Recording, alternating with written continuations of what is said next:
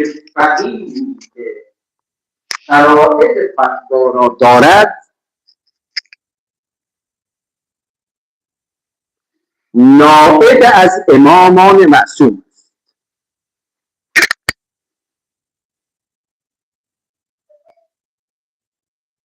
پس ایشون هم ولایت فقیه رو قبول دارد.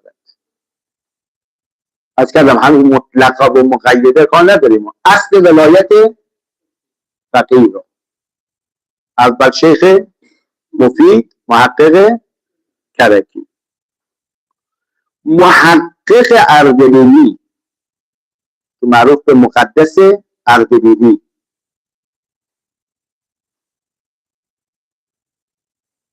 شهید ثانی،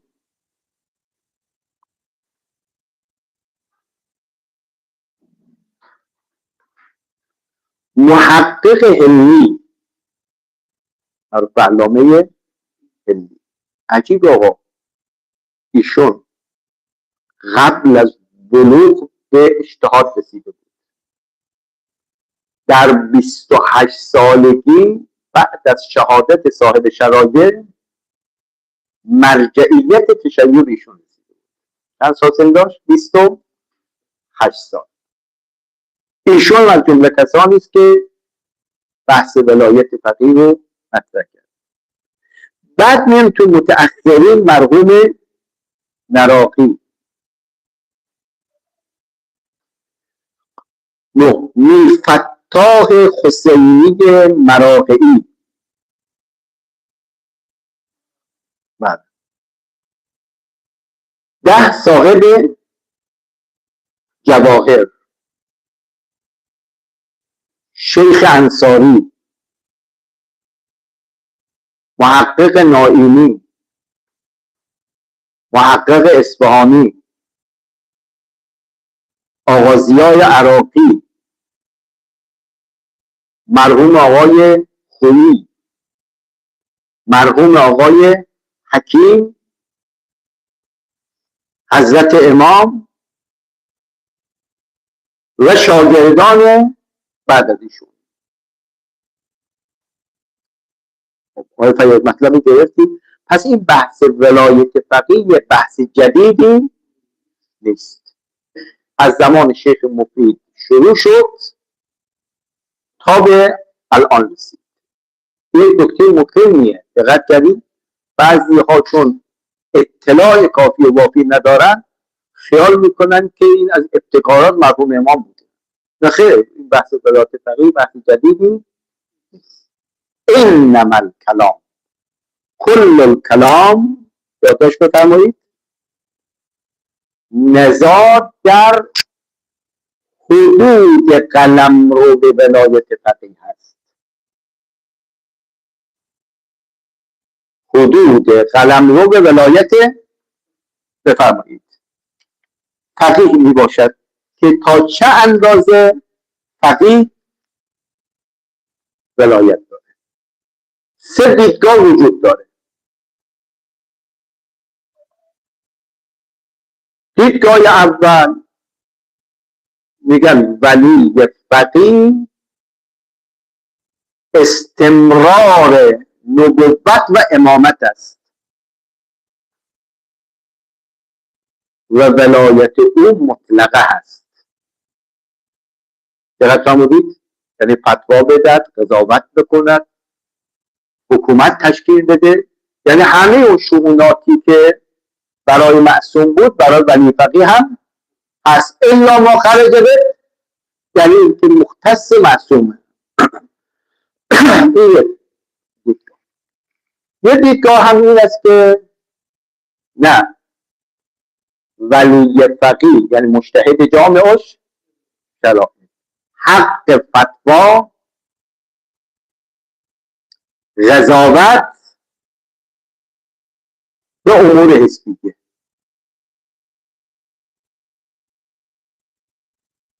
شد، اما مطلقه نیست، دست مبسوطیت نیست که حتی بیاد حکومت تشکیل بده و مسائل دیگر.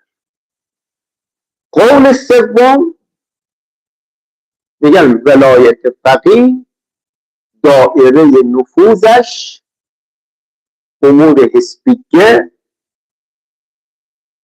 و امثال هست که میگن همون بحث ایتام و بله ولی بشه برای کسی که ولی براش نیست. این دوتای اخیری از اینا تبدیل میشه به ولایت مقیده. ولایت مقیده یعنی میگه ولایت فقیه اما نه مطلقه. دو شد در مقابل اول، این دوتا در مقابل، پس کنم میشه دوتا دیگه. دقت کردید؟ ولایت مطلقه فقیه و ولایت مقیده. از ولایت مطلقه گاهی خودم میگیم به ولایت عامه، یعنی ولایت عمومی در همه زمینه ها چی داره؟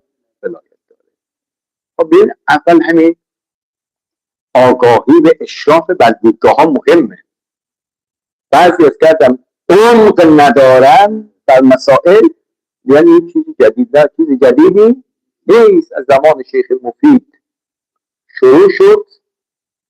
خدمتتون از کنم که تا به این مسائل خدمتتون از کنم که ختم شده است.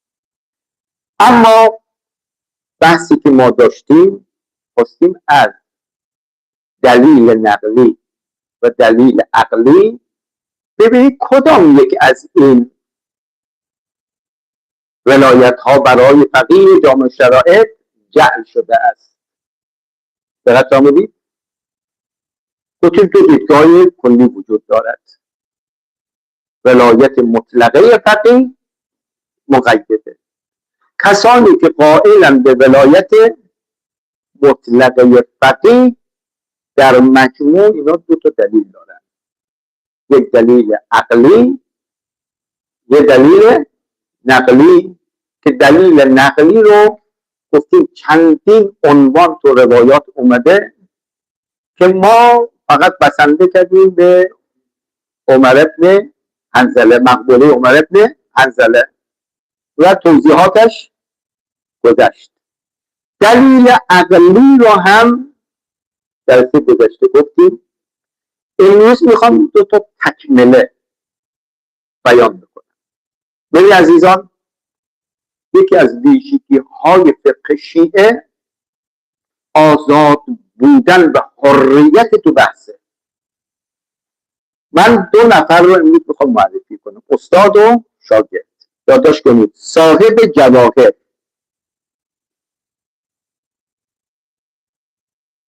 رضوان الله تعالی علیه از جمله کسانی است که قائل به ولایت مطلقه فقیه است.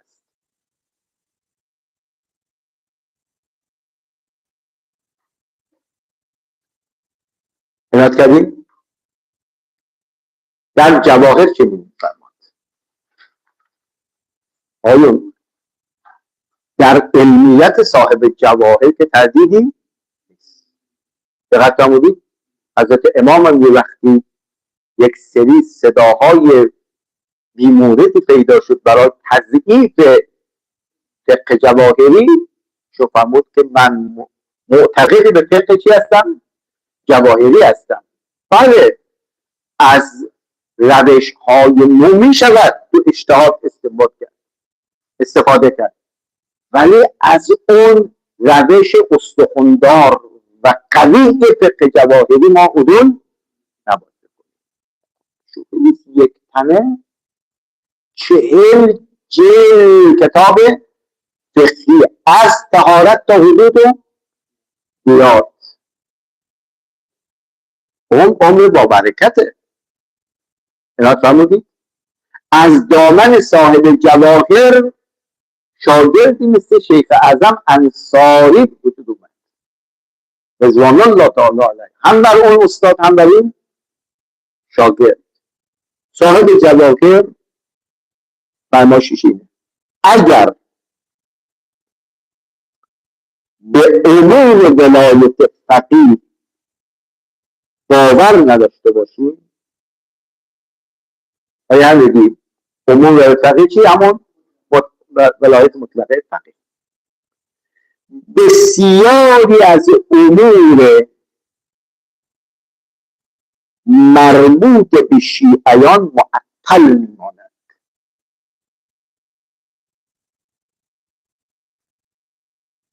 سید نظرالدین چی گفتیم؟ اگر ما به جامعیت اسلام بله و استمرار داشتن و ابدیت احکام اعتقاد داشته باشیم، باید در عصر غیبت ولایت فقیه باشه. بالله هم تعبیرشون بسیاری از امور مربوط به شیعیان چی میشه؟ معطل میماند. و شگفت آور است، ولی عجب، تعجب آور است، شگفت آور است که شماری از مردم در این باره وسوسه میکنن و تردید میکنن.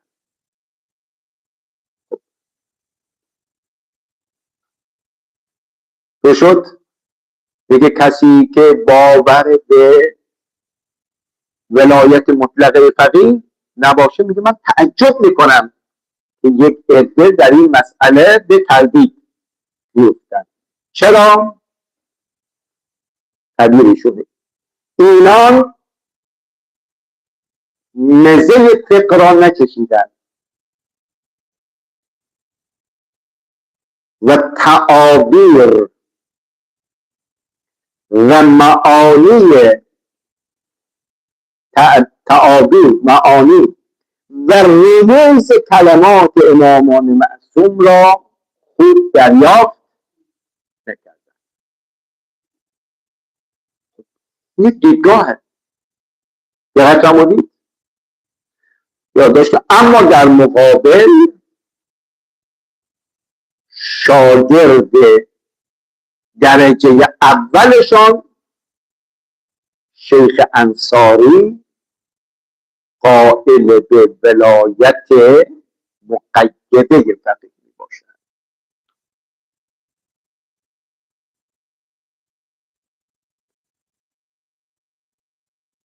خب این چیزی میخوام دقت کنید. حالا بنویسیم من توضیح. پس بنابراین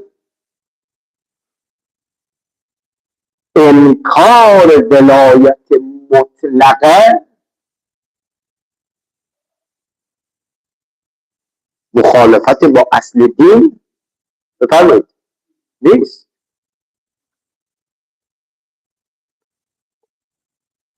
مهم قبول اصل ولایت فقیه هست. مهم قبول اصل ولایت فقیه هست. اختلاف در مطلقه و مقیده بودن. شد؟ پس بنابراین اگه یک کسی ولایت مطلقه را قبول نداره ایشون ضد دینه. نه، ایشون از ادله از کی استفاده کرده؟ اصل جعل منصب ولایت برای فقیه رو از سوی ادله قبول داره. دیگه من قبول دارم که فقیه جامع الشرائط جانشین کیه؟ امام زمان سلام الله علیه است در اصل غیبت. اما قلمرو به قدرتش چقدره؟ فقیهانی مثل صاحب جواهری که مقصود یدن، حتی میتونه حکومت هم تشکیل بده از یه ادله. شیخ انصاری میگه من اصل ولایت فقیه قبول دارم، اما اینکه ولایت این فقیه جامع الشرائط همانند ولایت امام معصوم باشه من اینو قبول ندارم. چرا ندارم؟ میگه برداشت من از ادله اینه. میدید؟ پس همچون خدمت از کنیم که عجیب و غریب برای ما نباشه. الان نماز جمعه آقای فیاض مثل نمازهای واجب هست یا نیست؟ بله. اما یه که الان میرسم میگه من از روی ادله میگم تو اصل غیبت نماز جمعه همچنان که به وجوبش باقی باید خونده بشه.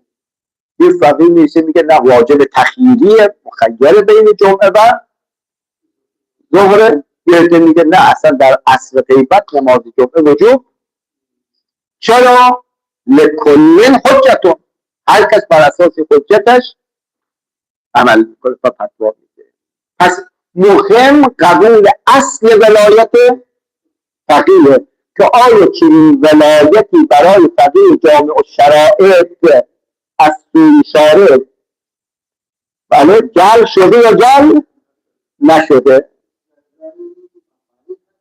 الان بس یواش یواش دقت کردیم. پس این خواستم اصل مطلب رو بگیم که اصل مسئله ولایت فقیه بین علما اختلافی نیست.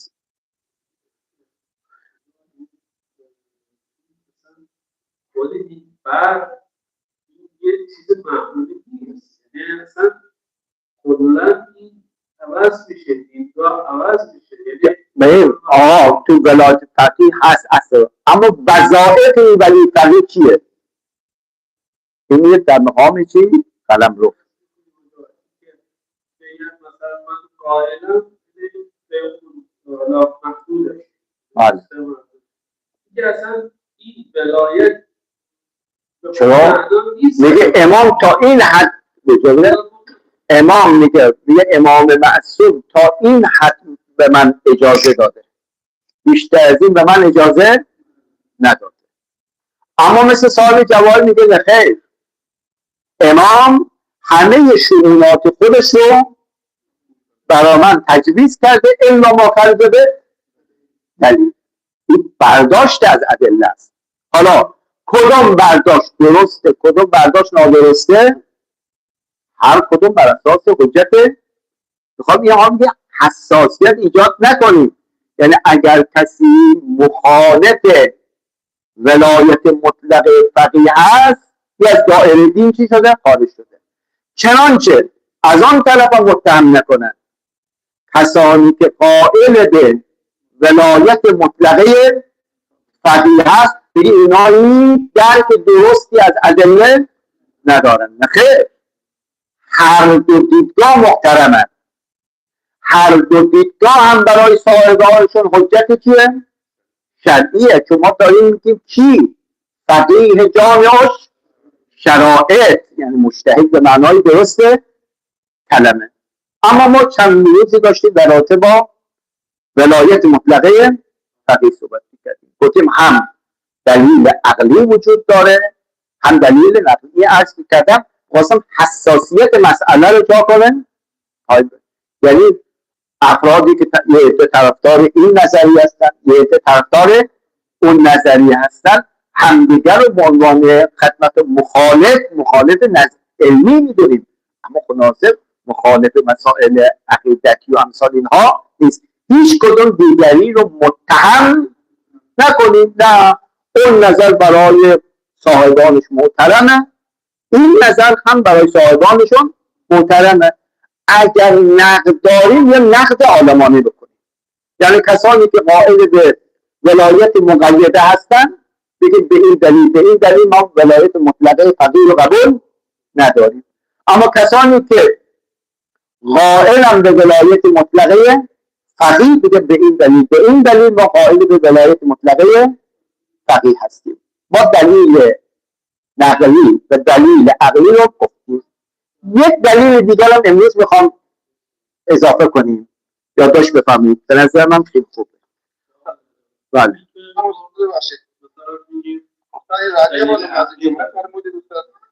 بله این نماز جمعه بعضی حرام میدونن، درسته؟ بله اون نظره.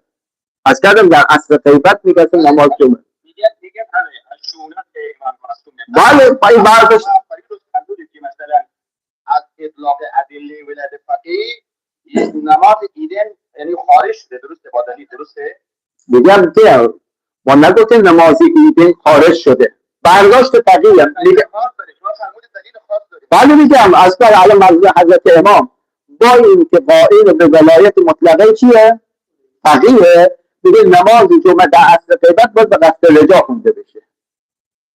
ارائه میگید خب برداشت از چیه؟ دلیله. چرا میگه این نماز اینجا ما نسبت به یعنی نماز جمعه دلیل خاص داریم دیگه، میگه مثلا از این شونت امام معصوم. بله از شونات معصومه، اما این شون یا امام معصوم به ولی فقیه خدمت داده یا نداده، این باید با ادله باشه. ما میخوایم به اصل این ولایت مطلقه فقیه را قائلین به ولایت مطلقه فقیه میگن امام معصوم ولایتی را که برای فقیه جامعه شریف ادا کرده، این ولایت به نحو چیه؟ مطلق است در همه شئون الا ما خرج به دلیل. درست کردی؟ اما قائلین به ولایت مقیده میگن آقا ما از این اعطایی که امام معصوم ولایت رو داد به فقیه، از این اعطا به جعل اطلاق استفاده، یعنی در همه شؤون نگفت که مثل من تو در واقع انهم حجتی علیکم و انا حجت الله علیکم. دقت کردید؟ خب اینا حجت من هستن بر شما. قائلین به ولایت مطلقه فقیه میگن اینا حجت نماینده من بر شما هستن در همه شؤون الا ما خرج به دلیل. قائلین به مقیده میگن نه، لذا حرف ما تمام بشه عزیزان. کسی یعنی منکر ولایت فقیه باشد یعنی ضد دین محسوب نمیشه، درسته؟ بله. نه منکر کی؟ منکر ولایت مطلقه. ضد ولایت فقیه باشه. از میکنم ما کسی ضد ولایت فقیه باشه مطلقه و ضد دین محسوب نمیشه. چجوری؟ در حالی که ادله رو نمیگه، ادله میگه در کسی که ضد ولایت فقیه باشه و شما شیخ الناس حواستون اینجا هست یا نه؟ گوش بده، اول گوش بده بعد حرف بزن. ما گفتیم ما یک بحث اصل ولایت فقیه داریم، دو قلمرو به ولایت فقیه. در رابطه با اصل ولایت فقیه گفتیم اتفاقی اجماعیه از زمان شیخ مفید الى زماننا. دقت کردید؟ پس بنابراین کسی مخالف با ولایت فقیه نیست. بله امام فرمود کسی که مخالف با اصل ولایت فقیه باشه دیگه داره با من معصوم چه میکنه؟ مخالفت میکنه. اختلافی که وجود دارد در دائره چیه؟ وظائفه.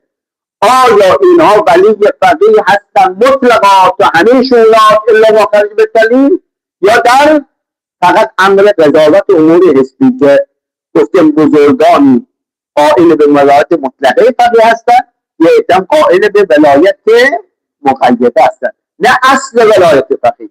بله کسی اگر ضدیت با اصل ولایت فقیه داشته باشد مشمول اون روایات میشه. این حرفا رو خوب دریافت بکنید. دقت فرمودید؟ بفرمایید.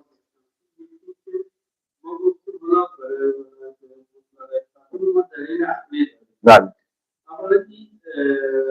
دلیل عقلی صرفاً از امام مطرح شده. نه الان خودی داریم میگیم. بله. حالا شاید مثلا صاحب جواهر هم مثلا این مقدمات دلیل عقلی داشتن فرض کرده. بله. این که حالا ما دلیل عقلی داریم، دلیل عقلی تفسیر بردار نیست. نه اجازه بدید. بله. دلیل عقلی باشه تفسیر بردار نیست. حالا اگه این دلیل عقلی رو داریم یا باید اون دلیل عقلی مقدماتش خراب باشه، مقدماتش کامل باشه که اون طرف قبول نمی‌کنه. بله.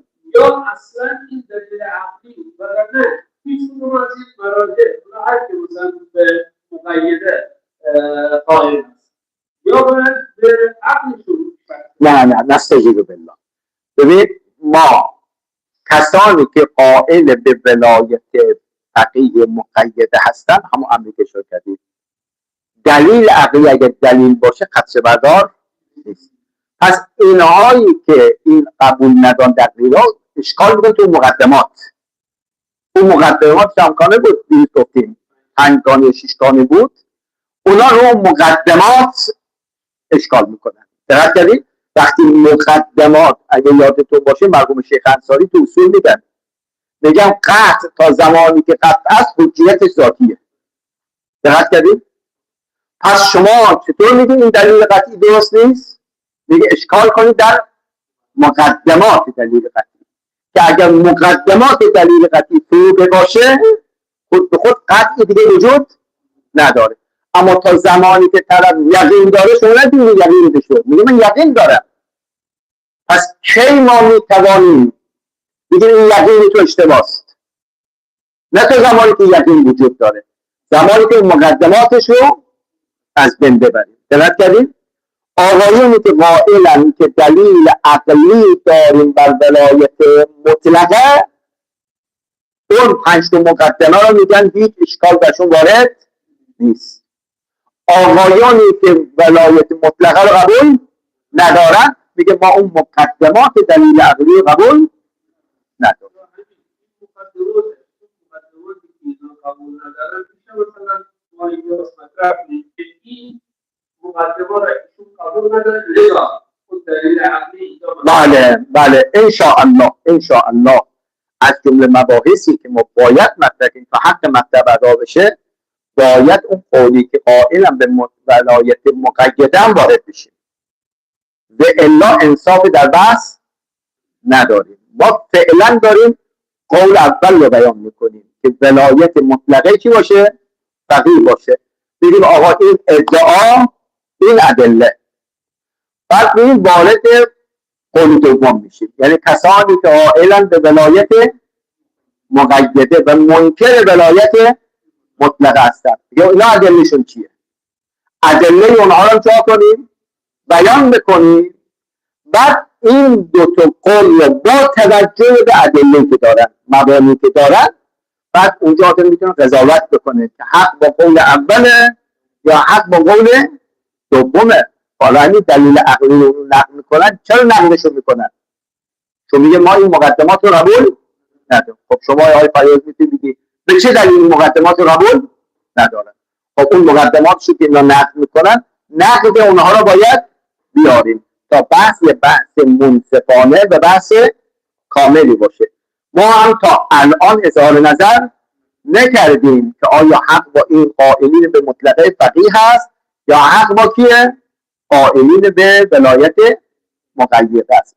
منتها همیشه تاکید کردیم داریم یک بحثی رو مطرح میکنیم، حق اون بحث رو چا کنه؟ ادا بکنیم.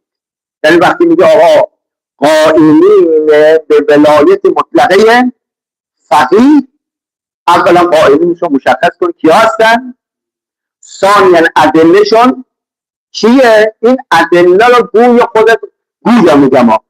خودتون طرفدار همین نظری هستید، واقعا به حد کامل ادلهشون جا بنداز، کوتاهی نکنید. بعدا هم که میرسید به قائلین به مطلقه مقیده، اونا باید ادلهشون چه بشه؟ به نحو کامل مطرح بشه. بعد میگیم ولکم الاختیار، بخواد این نظر رو قبول بکن یا اون نظر رو قبول بکن. این حق بحثه. اصلا درس خارج معنیش همینه، یعنی طرح موضوع، اقوال، ادله اقوال، بعد میشه نظریه مختار شما. اینا تو هم لذا گاهی وقت این جر و بحث ها میشه عادیه، یعنی باید هم بشه و هیچ گونه هم خدا نخواسته چیزی به دل نگیریم. بس طلبگی مطرح بشه، خدمت کنیم پختگی بس تو همین مسائله. آخه ما یه استادی داشتیم در یک مقطعی از دوره تحصیلی ما، این بیچاره بنده خدا میامد اما اول و بسم الله الرحمن الرحیم بحثی شروع میکنه تا آخر بعد حق اشکال ندارید. چرا میگه اگه یه اشکال بکنید مطلب از دستم میره. دقت فرمودید موقعی دست که فرصت بود اشکال بکنید که ایشون وقت نمیداد، درس که تمام میشده ما فرصت نداشتیم که بریم اشکال رو مطرح بکنیم. این درس خروجی خوبی نداره. لذا من از همین استاد خودم تو فیضیه بعد از نماز مغرب سوال کردم، آقای فلانی گفت بله، گفت این درس رسائل شما من تو فیض داشتم شرکت کردم، فقط قطع چند تا استاد از درس شما بیرون اومدن، 600 700 تا شاگرد داشت. گفت من 2 نفر رو معرفی کنم که اینها که اومدن رسائل خوندن بدون اصول فقه رو چا کنن؟ تدریس کنن. چرا؟ چون روش درس ما روش درستی نیست. استاد میشه متکلم وحده، نمیشه. از آن طرف هم آقایون هم که میخوان اشکال بکنن بازه، منتها اشکال جندار باشه. دقت کردید؟ طرح بحث بکنید، سوال بکنید. هدف ما اینه که از دل این درس و بحث یه خروجی، یعنی بعد از اتمام این مبحث آقای فیاض اگر نظرشون که ولایت مطلقه فقیه باشه، بگیم سرتیپور چنین میکردن ما هم چنین میکنیم. خود کردیم که سرتیپور چی کردن، باید ما سرتیپور اشتباه کردن، تو باید بگید چون سرتیپور چنین کرده منم چنین، چون کسایی و سیبلر چنین گفته منم نه. خب سیبلر یه آدم بود این حرف زد، شما یه آدم هستید. دقت کردین پختگی فقه شیعه تو همین آزادیه. از کرد الان صاحب جواهر قائل به ولایت مطلقه فقیه، شاگرد بزرگش شیخ اعظم قائل به ولایت مطلقه ولایت مقیده است. کدام حرف میگیم او هم برای خودش حجت داره، این هم برای خودش داره حجت داره. دقت کردید؟ خب تو هم این دو تا نظر رو نگاه بدیم کدامشون به نظر درست میشه همون رو انتخاب بکن. خب دلیل عقلی ولایت فقیه به بیان دیگر، به بیان دیگر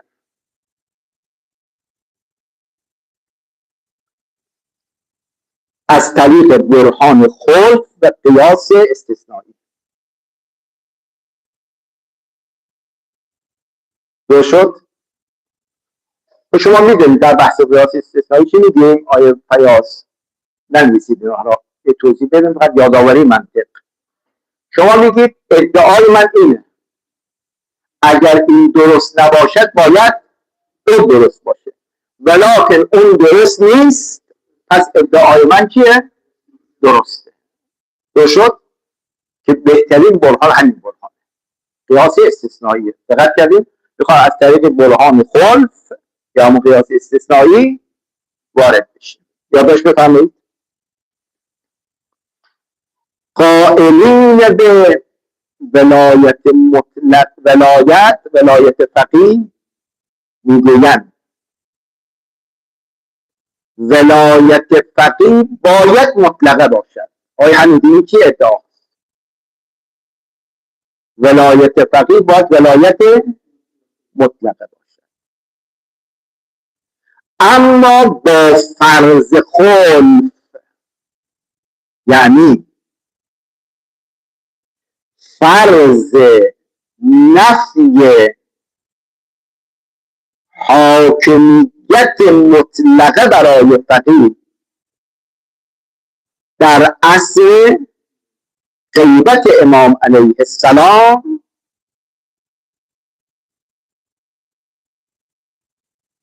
وضع و مطلب از سه خارج نیست. دقت آمدید؟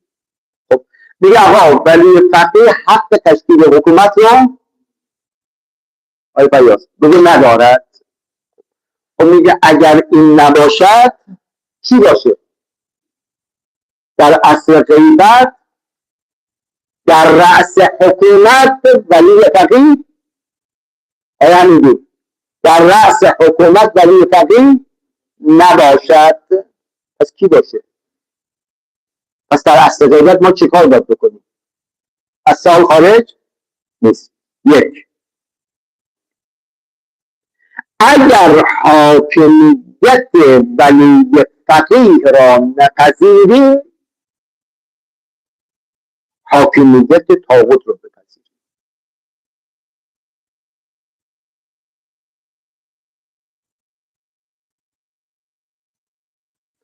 یادتون هست دیروز بحث اون تنزل رو مطرح کردیم، گفتیم حالا اگر دست ما از حکومت معصوم کوتاست باید اقرب حاکمیت معصوم باشه دیگه. ما گفتیم اقرب حاکمیت معصوم که حاکمیت ولی فقیه.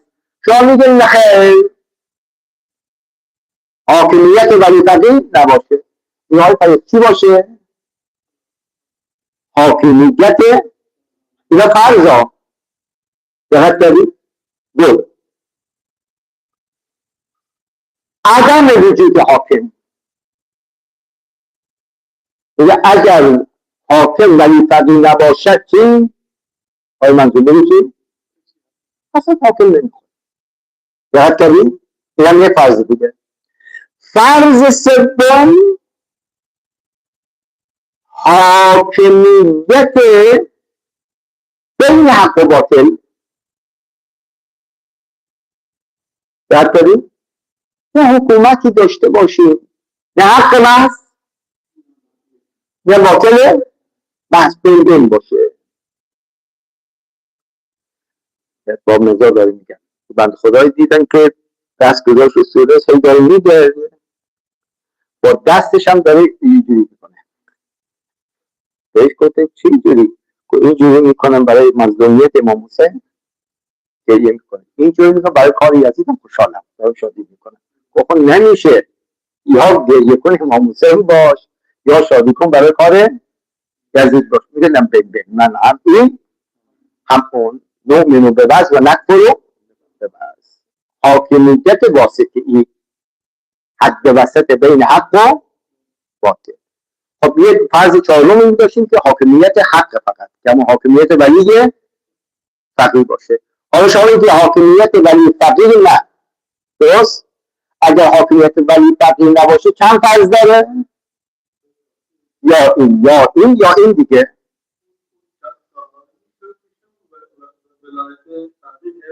نه باید روی ولایت فقیه، حالا کار به اون مطلق اینا نش باشیم، ولایت حق. دقت کردیم؟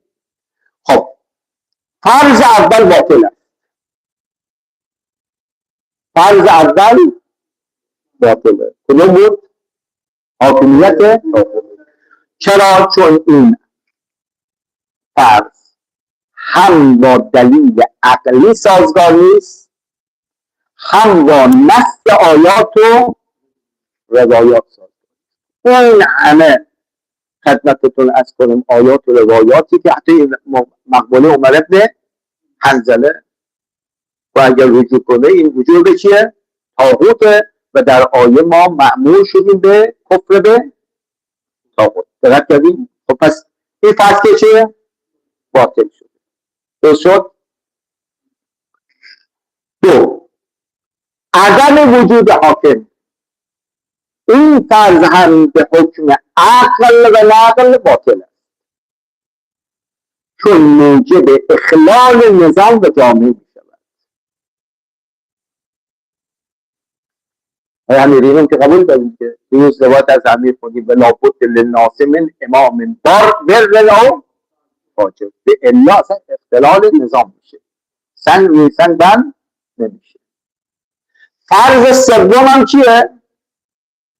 باطله.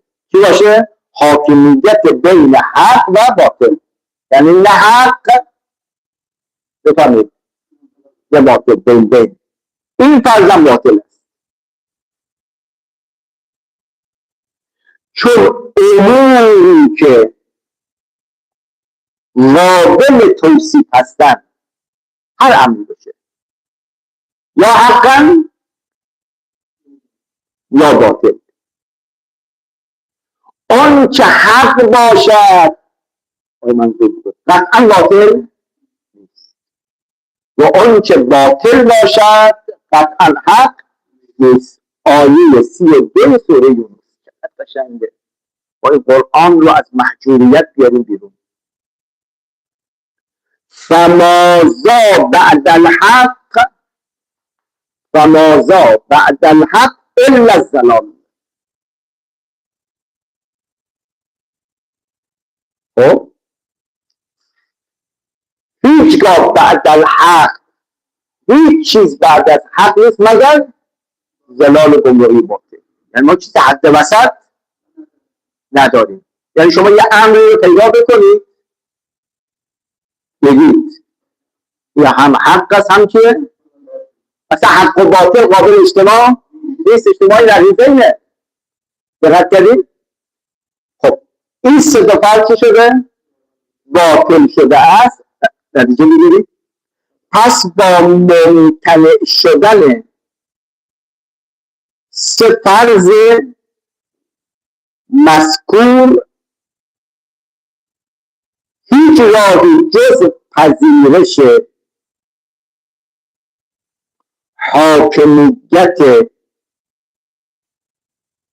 فقیه جامع الشرائط نداره. اما سوالی که آقای قیاس کرد گفت ما به جای سپر 4 فرض بکنیم.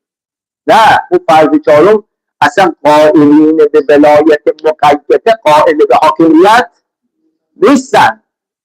میگن ولی فقیه در عصر غیبت نمیتونه تشکیل حکومت بده. این فقط همون امور محدودی که تو روایت برده، اما بحث ما رو چیه؟ حاکمیته. این در بحث حاکمیت با 4 فرض بیشتر فرض منظوری دیگه نداریم. وقتی 3 فرض باطل شد میتونیم بگیم 4 باطل؟ پس چی؟ اگه این نباشه این نباشه این نباشه پس چی؟ هیچ. نمیشه بگیم هیچ که بالاخره باید فرضی رو داشته باشه. پس ما فروض اربعه رو میاریم برهان خود همین دیگه. یه اسم دیگه از برهان صبر و تقسیم. برهان صبر و تقسیم یعنی همه محتملات رو میاریم، یک محتملات باطل میکنیم، یک محتمل باقی میمونه. قائلین به ولایت مطلقه فقیه میگن این حاکم باید ولی چی باشه؟ اگر قائلیم که در عصر غیبت حکومتی داشته باشیم باید این حکومت فقیه باشه. چرا؟ چون حکومت غیر فقیه حکومت اسلامی ها دقت کردید؟ اگر حکومتی به نام اسلام میخواد داشته باشیم در رأس این حکومت کی باید باشه؟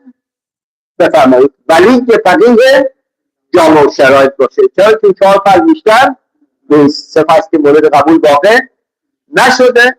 پس در رأس حکومت وقتی ولی فقیه جامع شرایط باشه این حکومت اقرب است به حکومت معصوم، اقرب است به حکومت معصوم. بقیه فروض که این حکومت مرزی امام معصوم نیست. اینم دو همون دلیل عقلی به بیان دیگر. اما یه بحثی میمونه به جا هم داره، یادداشت کنید. شبهاتون و اجوبتون حول ولایت مطلق الفقیه. یه شد خب آیونی که قائل به ولایت مطلقه فقیه هست یه سری شبهات یه سری سوالاتی وجود داره. خب این شبهات رو چی جواب بدید؟ تا زمان که شما این شبهه را جواب ندید دقت کردید باز اون نظریه شما تثبیت نمیشه. یعنی کسی که قائل به یک قوله بگه این مبنای من اینم ادله من به هیچ اشکال به شبهه‌ای هم متوجه این نظریه نمیشه. انشاءالله جلسه آینده اگر خدا توفیق مرحمت بفرماید ما 2 تا بحث در رابطه با ولایت فقیه باید داشته باشیم. یک پاسخ به شبهات، 2 نظریه ولایت مقیده. ولایت فقیه قبول اما من مطلقه رو قبول ندارم. من میگم ولایت فقیه مقیده. اقوال رو میاریم چه کسانی قائل به این قول هستن اینا کم نیستن. دقت کنید بزرگان و اعاظمی از فقهای شیعه ما قائل به این عقیده هستن. اینا میفرمایید خب مثل شیخ انصاری هست کردن. خب اینا ادلهشون چیه؟ ادله اینا باید دقیقا مطرح بشه. بعد ببینید قائلین به مطلقه فقیه به این ادله جواب میدن یا جواب نمیدن. اگه نقدی دارن نقدشون چیه؟ انشاءالله این بررسی بشه. بعد اون موقع من رو میکنم با صدقی میگه ولکل خیار و الخربزه تو اختیار داری این قول رو قبول کنی یا اون قول رو قبول کنی. هر قولی که قبول میکنی با دست پر باشه با دلیل باشه.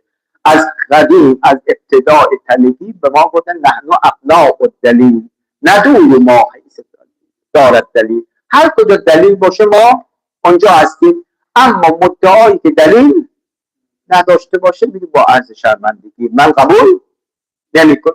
فلان بزرگ گفته اون بزرگ احترامش بر من واجبه چون تو روایت انظر الی ما قال ولا تنظر الی من قال.